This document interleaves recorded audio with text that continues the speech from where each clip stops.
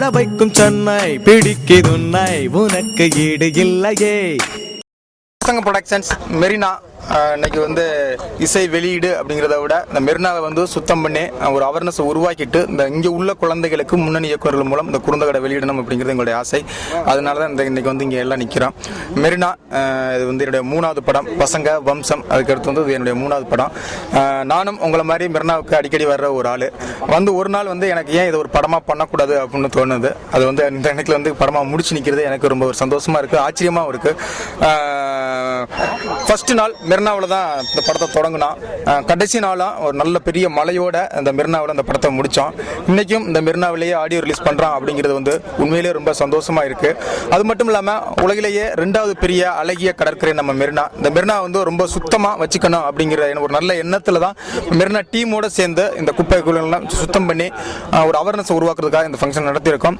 இதுக்கு சப்போர்ட் பண்ண மாநகராட்சிக்கும் police commissioner அனைவருக்கும் என் மனமார்ந்த நன்றிகளை தெரிவிச்சுக்கிறேன். இந்த படத்தில் வந்து இசை வந்து ரொம்ப ரொம்ப முக்கியமான ஒரு விஷயம். என்ன அப்படின்னா மெரினா வந்து இது வந்து ஒரு வில்லேஜ் படம்னோ ஒரு சிட்டி படம்னோ இது ஒரு தனியாக இது ஒரு ஜானர் அப்படின்னு சொல்லி நம்ம பிரிக்கவே முடியாது. இதுக்குள்ளே எல்லாமே இருக்குது. பெரியவங்கள இருந்து ரிச் பீப்புளில் இருந்து அடிமட்ட மக்களில் இருந்து குழந்தைகளில் இருந்து எல்லாருமே இங்கே வாழ்கிற வந்து போகிற ஒரு இடம். அப்போ மியூசிக் எப்படி இருக்கணும் அப்படின்னா எல்லாமே கலந்த ஒரு மியூசிக்காக இருக்கணும். இந்த ஜானரில் மட்டும் இல்லாமல் எல்லாம் கலந்த ஒரு மியூசிக்காக இருக்கணும்.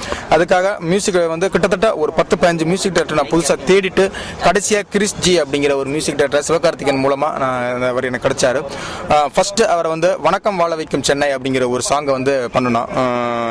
அதை வந்து முத்துக்குமார் எழுதியிருக்காரு. நம்முடைய சென்னை எல்லாருமே இன்னைக்கு வந்து சென்னையில் நம்ம இந்த சென்னை எப்படிலாம் நம்மளை வாழ வைக்குது, எப்படிப்பட்ட ஒரு ஒரு சென்னை வந்து ஒரு அன்னைக்கு சமம் அப்படிங்கிற ஒரு ஒப்பீடோட அந்த சாங்கை வந்து இது பண்ணியிருக்கோம். அந்த சாங் வந்து ரொம்ப இதுவாக வந்திருக்கு. இந்த சாங்கை வந்து நடிகர் Vikram sir, Prakashraj sir, Ameer sir, Sasikumar sir, Vimal, Sneha எல்லாருமே வந்து இந்த பாட்டுக்கு வந்து நடிச்சு கொடுத்துருக்காங்க, விஷுவலாக நடிச்சு கொடுத்துருக்காங்க. இந்த பாட்டுக்கு வந்து நாங்கள் எங்களுடைய இதுவாக இருக்கணும் அப்படின்னா அவங்களுக்கு இந்த டயத்தில் வந்து நான் ரொம்ப நன்றியை தெரிவிச்சுக்கிறேன். அடுத்து வந்து யுகபாரதி எழுதின ஒரு ஃப்ரெண்ட்ஷிப் சாங். இந்த மெரினாவுக்குள்ள ரெண்டு ஒரு 12 வயசு பையங்களுடைய உலகம் எப்படி இருக்கும் அப்படிங்கிறத வந்து அந்த சேமான்சி அப்படிங்கிற சாங் மூலமாக யுகபாரதி வந்து ரொம்ப அழகாக இது பண்ணியிருக்காரு. அடுத்து வந்து முத்துக்குமார் வந்து மெரினா, இந்த மெரினா வந்து எப்படிப்பட்ட ஒரு மெரினா, இந்த மெரினாவில் என்னென்ன கிடைக்குது, எப்படிப்பட்ட மக்கள் வாழ்றாங்க அப்படிங்கிற ஒரு மெரினாவை பற்றியே ஒரு தீம் மியூசிக் மாதிரி ஒரு சாங் ஒன்று பண்ணியிருக்கோம்.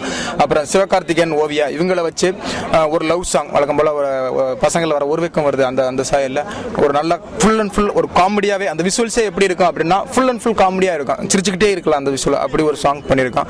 அப்புறம் ஒரு நண்பர்கள் அப்படின்னா 2 நண்பர்களும் ஒரு சண்டை வந்து இல்லை ஒரு ஏதோ ஒரு காரணத்தால் ஒரு பிரி வந்து பிரிஞ்சிட்டா அந்த நட்புடைய கொடுமை, அந்த வலி எவ்வளவு கொடுமையானது அப்படிங்கிறத வந்து யுகபாரதி வந்து ரொம்ப அழகாக நண்பன் அருகில் இருந்தால் அப்படிங்கிற ஒரு சாங் அது பண்ணியிருக்காரு. எல்லாமே படம் வந்து கிட்டத்தட்ட பட்டினம்பாக்கத்தில் ஆரம்பித்து லைட் ஹவுஸ்ல இருந்து, காந்தி சிலையில இருந்து, கண்ணகி சிலையில இருந்து அப்படியே எம்ஜிஆர் சமாதி, அண்ணா சமாதி, அப்படியே ஹார்பர், காசிமேடு வரைக்கும் கடல் சார்ந்த பகுதி எல்லாத்துலேயும் அப்படியே லைவாக அப்படியே பதிவு பண்ணியிருக்கோம். ஒரு நல்ல ஒரு மெரினாவுக்கு வந்தால் ஃபேமிலியோடு வந்தால் எப்படி ஒரு சந்தோஷமான ஒரு மூடை கொடுக்குமோ அதே மாதிரி ஒரே பயணத்தில் 2 ஒரு அனுபவம் கிடைக்கும். படத்துக்கு வந்தது மாதிரியும் இருக்கும், ஒரு மெரினாவை பார்த்தது மாதிரியும் இருக்கும். அதை நம்ம பதிவு பண்ணியிருக்கோம்.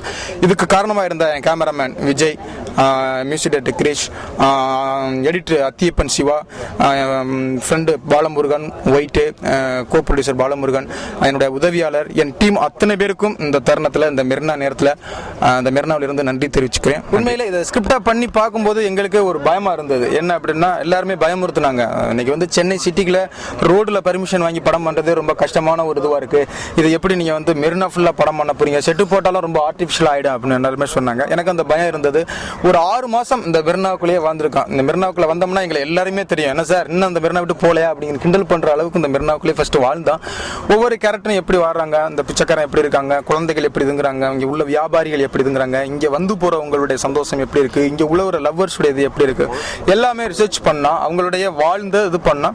இன்னொன்று இந்த படமாக பண்ணுறதுக்கு முக்கிய காரணம் நாங்கள் போலீஸுக்கு தான் நன்றி சொல்லணும். இப்படி ஒரு பசங்க மாதிரி ஒரு படம் சார், ஒரு அவேர்னஸ் உருவாக்குற ஒரு நல்ல படம் நீங்கள் வந்து சப்போர்ட் பண்ணால் இந்த படத்தை நாங்கள் எடுக்கிறதுக்கு இதுவாக இருக்கும் அப்படின்னா ஃபஸ்ட்டு வந்து பகலில் பர்மிஷன் கிடையாது, நைட்டில் மட்டும்தான் அப்படின்னாங்க. அப்புறம் நைட்டில் ஷூட்டிங் பண்ணும்போது அவங்களே போலீஸ்லாம் வந்து பார்த்துட்டு ஒரு நல்ல படம் எடுக்கிறீங்க, பகலில் எடுக்கிறதுக்கு என்னென்ன பண்ணணும், யார் யாரை மீட் பண்ணணும், யார் இப்போ எப்படி மூவ் பண்ணணும்னு அவங்களே ஐடியா கொடுத்தாங்க. அந்த போலீஸ் கமிஷனர் அந்த டீம் அனைவருக்கும் என் நன்றி. போலீஸ்க்கு தான் நன்றி சொல்லணும் இந்த படத்தை முடிச்சதுக்கு காரணம். தங்கர்பச்சன் சார் என்னுடைய குருநாதர். அவர்கிட்ட வந்து சொல்ல மறந்த கதை, தென்றல், சிதம்பரத்தில் ஒரு பாசை 3 படத்துலையும் ஒர்க் பண்ணேன்.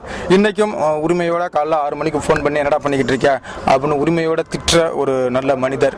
இயக்குனராக என்னை பார்க்கவே மாட்டார். இப்போவும் அவருடைய ஸ்கிரிப்டுக்கு வந்து கூப்பிட்டு நான் அப்படி ஒரு கதை பண்ணிட்டீங்க, எப்படி இருக்கும், உன்னுடைய கதை சொல்லு, எப்படி இருக்கு நான் சொல்கிறேன் அப்படின்னு கேட்குற ஒரு நல்ல ஆத்மானமான மனிதர். சொன்ன உடனே காலையில் வந்து என் கூட சேர்ந்து இந்த குப்பையில் அல்றதில் அவர் கலந்துக்கிட்டதில் ரொம்ப சந்தோஷம். அது மாதிரி தான் சசி சாரை வந்து நான் அவர் சொல்லாமல் இருந்து ஒரு ரசித்த அவர் அசிஸ்டன்ட் டைரக்டராக இருக்கும்போதே அவரை போய் சொல்லாமலே படத்தை பார்த்துட்டு அந்த படத்தை ப்ரீவியூ ஷோவில் வந்து அவர் கட்டி பிடிச்சி தூக்கிருக்கீங்கன்னா அவர் வந்து இன்னைக்கு என் படத்துக்கு என் பக்கத்தில் என்ன இந்த மெரினா படத்துக்காக என் கூடயும் சேர்ந்து குப்பை அள்ளி எனக்கு காலையில் வந்து பண்ணது ரொம்ப சந்தோஷமான ஒரு விஷயம். 2 பேருக்கும் ரொம்ப நன்றி. எல்லாருக்கும் வணக்கம். ஸோ நீங்கள் வந்து நிக்கில் கம்யூனிகேஷன்ஸ் மூலமாக இப்போ நீங்கள் பார்த்துட்டு இருக்கிறது மெரினா இசை வெளியீட்டு விழா. மெரினா பீச்சில் இது நடந்துட்டுருக்கு. அண்ட் இது வந்து முதல் முறை அப்படின்ற மாதிரி சொன்னாங்க. எனக்கு தெரியல இதுக்கு முன்னாடி நடந்திருக்கா அப்படின்னு சொல்லிட்டு.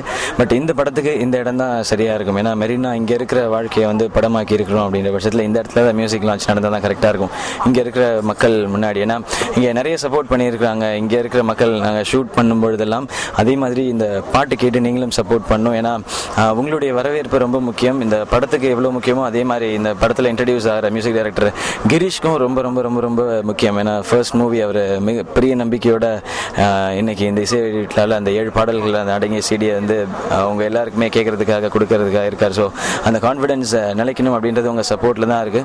7 பாடல்கள் அண்ட் 7 பாடல்களும் 7 கதை சொல்லும். படத்தில் 7 கதையான்னு கேட்காதீங்க, ஒரு பாட்டு ஒரு ஃபீல் சொல்லும். அந்த மாதிரியான பாட்டு தான் இருக்கும். டெஃபினட்டாக ஒவ்வொரு கேட்டகரியில் ஒவ்வொரு ஏஜ் குரூப் பிடிச்ச மாதிரியான பாடல்கள் இதில் இருக்குது. அண்ட் வணக்கம் சென்னை அப்படிங்கிற பாட்டினுடைய ப்ரோமோவும் நெட்டில் வர ஆரம்பிச்சு. ஸோ நீங்கள் அதை பார்த்தீங்கனாலே தெரியும் இது இந்த மாதிரி படமாக இருக்கும் அப்படின்னு சொல்லி. ஸோ பாட்டெலாம் கேளுங்க அண்ட் டெஃபினட்டாக இந்த படத்தை நீங்கள் சப்போர்ட் பண்ணுங்கள். ஏன்னா இதில் பாண்டியராஜர் அப்படிங்கிற ஒரு பெரிய முகத்தை தவிர நாங்கள் எல்லாருமே நிறைய பேர் புதுசு. ஸோ எங்களை சப்போர்ட் பண்ணுங்கள். தேங்க்யூ. மெரினா இந்த படத்தில் நான் 2 பாடல்கள் எழுதியிருக்கேன். அது பசங்க பாண்டியராஜ் இருக்கிற படம். கிரீஷ்னு ஒரு புதிய இசையமைப்பாளர் அந்த படத்தில் அறிமுகமாக இருக்கார். இதில் சென்னையை பற்றி நான் ஒரு பாடல் எழுதியிருக்கேன். சென்னையை பற்றி நிறைய பாடல் வந்திருந்தாலும் நானே ஏற்கனவே மதுராஸ் பண்டத்தில் வா மதுரை அம்மன் பழைய சென்னை பற்றி ஒரு பாடல் எழுதியிருந்தேன். இந்த பாடலில் வந்து சென்னையோட பன்முகத்தன்மை, அது எப்படி தன்னிடம் வந்தவர்களுக்கெல்லாம் அது வாழ வைத்து அடைக்கலமாக இருக்கிறது என்று நிறைய விஷயங்கள் இந்த பாடலில் நாங்கள் பேசியிருக்கோம். இன்னொரு பாடல் ஒரு காதல் பாடல். இந்த படமும் சரி பாடலும் சரி வெற்றிடைய என்னுடைய வாழ்த்துக்கள். பாண்டியராஜ் சாரோட மெரினா ஆடியோ லான்ச்சுக்கு மெரினா பீச்சுக்கு வந்திருக்கோம். எனக்கு ரொம்ப பிடித்தமான டைரக்டர். அவருக்கு பிடிச்ச ஒருத்தரில் நானும் நல்ல நண்பர்லேயும் ஒருத்தர். நான் இந்த படத்தில் ஒரு சின்ன கேரக்டர் பண்ணியிருக்கேன். நான் பார்த்த வரைக்கும் ரொம்ப விறுவிறுப்பாக சுறுசுறுப்பாக இருந்த படம். ஏன்னா சின்ன பசங்களை வச்சு எடுத்திருக்காரு, அவ்வளோ அழகாக எடுத்திருக்காரு, அவ்வளோ இன்ட்ரெஸ்டிங்காக இருந்தது பார்க்குறதுக்கு. ஆனால் பாடல் நான் ஒன்றும் கேட்கல. இன்றைக்கி இந்த வெளியீட்டு விழா முடிஞ்சோன்னா தான் கேட்கணும். கேட்டுட்டு எப்படி இருக்குன்னு ஒப்பீனியனோட மீண்டும் உங்களெல்லாம் சந்திக்கணும். முதல்ல ரொம்ப சந்தோஷமாக இருக்குது. மெரினா டைட்டில் அவ்வளோ அழகாக இருக்குது.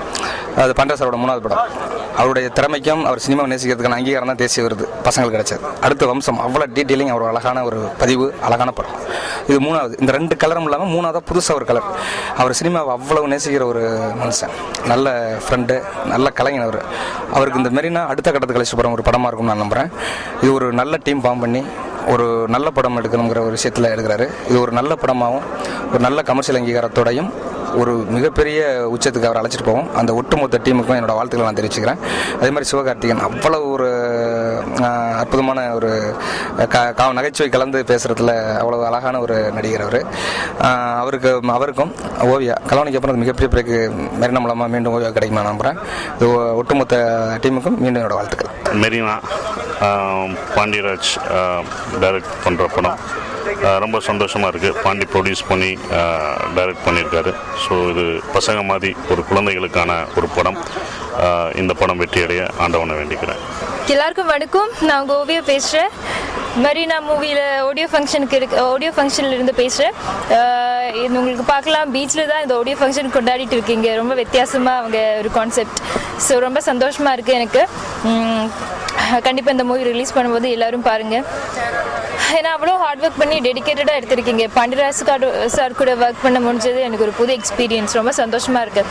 ஏன்னா அவங்க பசங்க படம் பார்த்த போதே எனக்கு வந்து பண்ணணும், அவங்க கூட ஒரு மூவி பண்ணணும்னு ஆசை இருந்தது. ஸோ இவ்வளோ ஃபாஸ்ட்டாக கிடைக்கும்னு நான் நினைக்கவே இல்லை. ஸோ ரொம்ப சந்தோஷம். And my character name is Swapna Sundari. She's a college student. ஆனால் காலேஜ்க்கெல்லாம் போகாமல் இங்கே மெரினா பீச்சில் லவர் கூட சுற்றிட்டு இருக்கிற ஒரு கேரக்டர். நீங்கள் கண்டிப்பாக ரியல் லைஃப்பில் இந்த மாதிரி ஒரு கேரக்டர் பார்த்துருக்கோம், அந்த மாதிரி ஒரு கேரக்டர். ஸோ கண்டிப்பாக எல்லோரும் மூவி என்ஜாய் பண்ணும். ஏன்னா இந்த மூவி பார்க்கும்போது இந்த மெரினா பீச்சுக்கு வந்து போன மாதிரி ஒரு ஃபீல் கிடைக்கும். அந்த மாதிரி அவ்வளோ அமேசிங்காக இருக்குது மூவி. கண்டிப்பாக பாருங்கள், என்ஜாய் பண்ணுங்கள். எல்லாருக்கும் என் பொங்கல் நாள் வாழ்த்துக்கள். தேங்க்யூ. இனிய வாழ்த்துக்கள். இந்த மெரினா படத்தினுடைய ஆடியோ நிகழ்ச்சி இன்றைக்கி ஆரம்பிக்குது. ரொம்ப எதிர்பார்க்கக்கூடிய படம். பசங்க வம்சம் ரெண்டுமே ரொம்ப அற்புதமான படம். அதை தொடர்ந்து இப்போ வந்து அவர் பண்ணுற மெரினா வந்து அவருடைய ஓன் ப்ரொடக்ஷனாக வேறு வருது. என்ன ரொம்ப அற்புதமாக பண்ணக்கூடியவர், சொந்த படம் இருக்கிற அளவுக்கு போயிருக்காருன்னா இன்னும் அந்த கதை மேலே நம்பிக்கை ரொம்ப ஜாஸ்தியாக இருக்குது. இந்த படத்தினுடைய இசை வெளியீட்டு விழாவுக்கு இந்த இனிய வாழ்த்துக்கள். இந்த படம் மாபெரும் வெற்றியடைய எனது மனப்பூர்வமான வாழ்த்துக்களை தெரிவிச்சுக்கிறேன். நன்றி.